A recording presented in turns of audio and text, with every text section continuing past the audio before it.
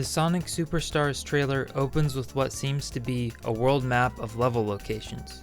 Stick with me, the rest of this video will hopefully be a little more insightful. Animals are being attacked by badniks.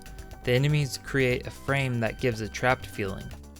Sonic's run cycle here is made of 4 drawings animated on 2s.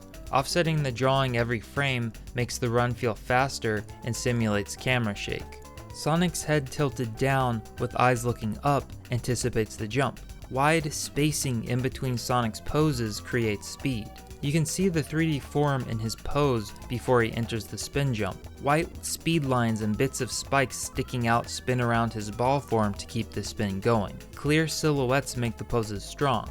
The bounces have a fun path of action. It's like a bouncing ball animation, with arcs and slowing down at the apex of the bounce and then speeding up when it falls. The final bounce zooms away from the screen. Sonic flying away and back into the screen makes the world feel more 3D, despite all the characters and background art being 2D. The spikes flip in the opposite direction. This reversal of the spike direction creates contrast. Sonic charges up and compresses here, and then launches ahead with the light trail following in perspective. The smoke flying towards the camera creates even more depth. Smoke effects follow Sonic's path and make the spin dash feel more powerful. Effects animation also grounds the character and the world by building a sense of reality. When characters interact with the environment, there should be some reaction from the properties of that environment. If Sonic did a spin dash over metal, ice, or water, we would expect different and unique effects from each environment.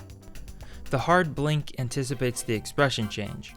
Also notice the whites of Sonic's eyes become the same color as his face, solving the problem of how to draw eye blinks with a uni-eye design. The legs shoot up above Sonic's head, following a nice arc path. The camera follows the same up and down motion as Sonic. Sonic's hands spin with multiples and smears as he tries to regain balance. The complex pattern on the cliff here contrasts against the simple sky background. Framing Sonic in front of the open sky makes it easier to follow the fast action. The sun rays all line up to the focal point. Focus is on the plane as it rotates and zooms into the camera at high speed. Adding the spin on the plane makes this shot a lot more dynamic and exciting than it would be if the plane didn't change its angle. The plane reacts to Sonic's landing on the wing by going down. This gives Sonic a sense of weight and force. Sonic and Tails change the direction of their gaze. This gives us a hint of where to look in the next shot. The focal point links up to the eyeline from the previous shot. The water splash prepares us for what's coming next. Our focus shifts from the plane and onto the massive robot sea monster. The monster's giant mouth is like a spotlight pointing towards the plane. This creates a sharp feeling of tension. The giant splash shows how heavy this robot monster is. The plane's silhouette tells us exactly where to look.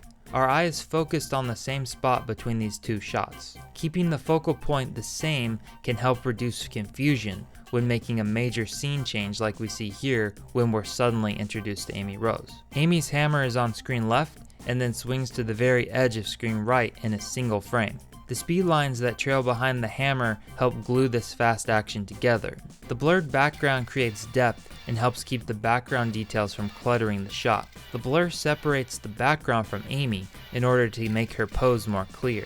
In this shot, the camera tracks the eye of Knuckles. The extreme close-up focuses our attention on his rageful expression. Generally speaking, the closer the camera is to the subject, the more closely the audience relates to the subject and feels emotions. The focus is still on Knuckles, while the camera pulls out to make room for Sonic's entrance. The slow easing into Sonic's pose keeps everything alive. Sonic shoots up and grabs behind his back. This anticipates Sonic whipping out the Chaos Emerald. The camera tilts up, following the arm's upward path of action.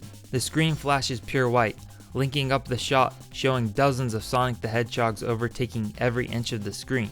All the characters have their own unique classic Sonic poses. The camera tilts around as all the Sonics run forward. Sonic's eye zooms in and hard cuts to Robotnik's eye. He has a bounce motion like a chubby bouncing ball. We're introduced to the main villains. Just a few frames tell us a lot about these personalities based on their poses. Fang is cocky, Eggman is a megalomaniac, and the new mystery character is clumsy. We end on a cliffhanger, showing cool poses of the characters as they run into battle. So what did you think of this trailer?